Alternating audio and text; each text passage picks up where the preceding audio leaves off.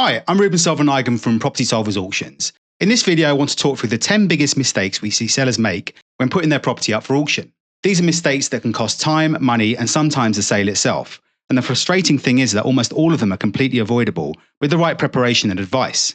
At Property Solvers Auctions, we have extensive experience managing auction sales across the UK, including many complex and time-sensitive disposals. We've seen outstanding results, but we've also seen how a lack of the right preparation can seriously damage a seller's final price. My goal here is simple: give you the inside track so you don't fall into the traps that so many people do. Let's dive in. First is choose the right auctioneer. This is the decision that sets the tone for everything else. A lot of sellers assume that auctioneers are all the same, or they choose based on who charges the lowest fee or who tells them the property is worth the most. In reality, the choice of auctioneer has a massive impact on the outcome. Some auction houses do very little beyond uploading your property onto their own website or getting it live onto Rightmove and Zoopla. Others run proper campaigns, multi-channel marketing, strong exposure across the portals, a professional and consistent LinkedIn presence, targeted investor outreach, pre-auction engagement, and proactive buyer cultivation throughout the campaign. The difference in approach can be the difference between a handful of views and a true competitive bidding environment. When we take on a property, we don't just run the auction, we project manage the entire process so the result is as strong as possible. And that level of involvement is what separates a great outcome from a mediocre one. Second is getting a guide price that sends the wrong signal. A guide price isn't just a number, it's a message to the market. Too low and buyers immediately get suspicious, asking questions like, what's wrong with it? Why is it so cheap? Too high and many people won't engage at all. They assume it's not worth their time. The best guide prices are engineered to generate early interest and strong bidder registration. They're grounded in reality, not flattery.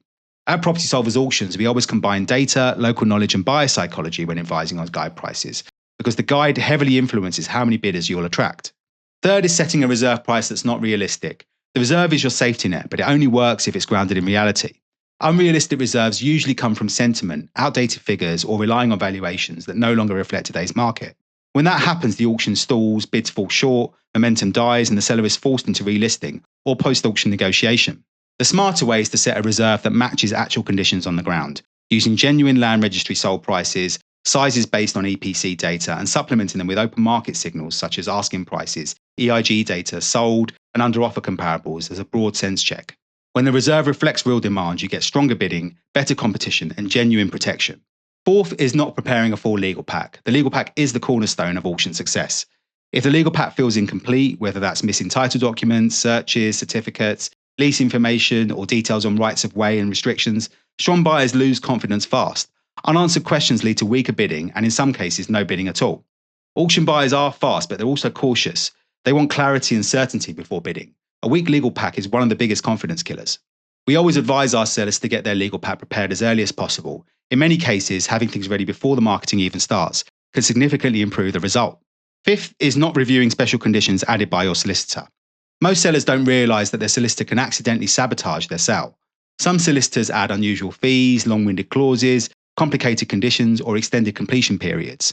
Buyers see these and think this looks messy or this looks risky, and the result, they don't bid. As the seller, it's essential to review the special conditions before the auction goes live. If something is unnecessary, remove it. Clean, sensible conditions help create confidence. Sixth is believing auctions sell themselves. A common misconception is that once a property is entered into auction, the interest will take care of itself. It won't. Even with a solid marketing strategy in place, buyers still need active engagement, clear information, timely updates, quick access to documents, prompt replies to inquiries, and confidence that the seller is committed to the process. Auctions don't succeed by accident, they succeed when buyers have everything they need to bid decisively. Passive campaigns produce passive bidding. Seventh is failing to disclose key issues up front. Auction buyers don't expect perfection. They're used to refurbishment projects, short leases, tenant complications, title quirks, and structural issues. What they don't like are surprises. If you hide something or delay sharing important information, buyers will assume the worst. They either walk away or bid much lower. Being transparent upfront actually increases competition because buyers know exactly what they're dealing with. It builds trust, which translates into stronger bidding. Eighth is forgetting to highlight planning potential or uplift. This is one that consistently costs sellers money.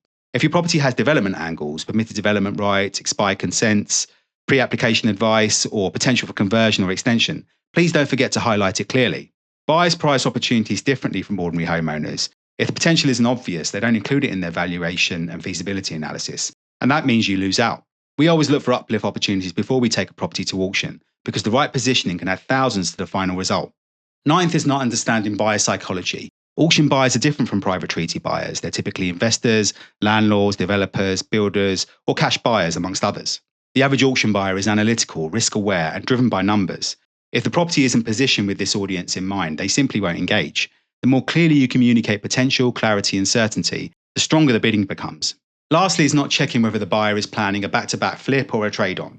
This one catches many sellers out. Some buyers bid with the intention of selling the property immediately, often on the same day, using a back-to-back transaction, and this is something that a lot of solicitors don't accept.